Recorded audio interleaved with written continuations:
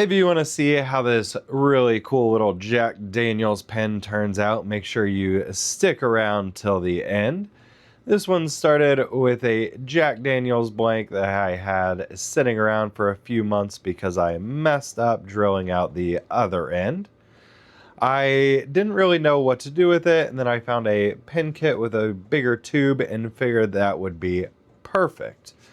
I went ahead and drilled out the center on the lathe and then mixed up some 5-minute epoxy and got the brass pen tube installed. Once the epoxy hardened up, I was able to trim it down with my barrel trimmer set and make sure that the oak pen blank was flush with the brass pen tube. Once I got it trimmed up, I went ahead and hopped on the lathe and started turning this one down to a shape that I really liked. Once I got the shape that I liked, I started thinking about how I can make this one stand out and be a little bit different than the other Jack Daniels pens that I've made. I made that pen for my dad with the IU blank where I burnt the ends a little bit and figured that technique would be a really cool option to use on this one as well. So once I got a shape that I liked, I went ahead and grabbed the blowtorch and added a little bit of char to the ends. You guys will have to let me know what you think. Was this a mistake, or is this something that really makes it stand out and looks cool? I think it's the latter. I think it really stands out.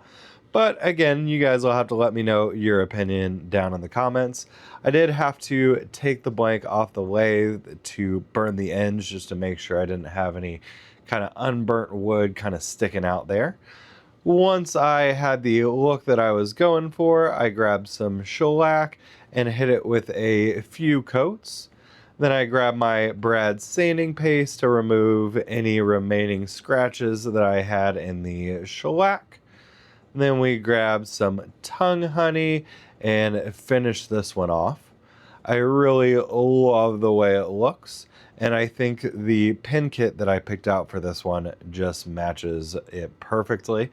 It is a Gearshifter pen kit that I picked up from Rockler. Let me know down in the comments what you guys think of this one. This one is currently for sale on my website, and you can use the code LATHE to save a little bit of money. We've got a few promo codes going since the lathe burn up, and I'm trying to replace it. So go over there and take a look.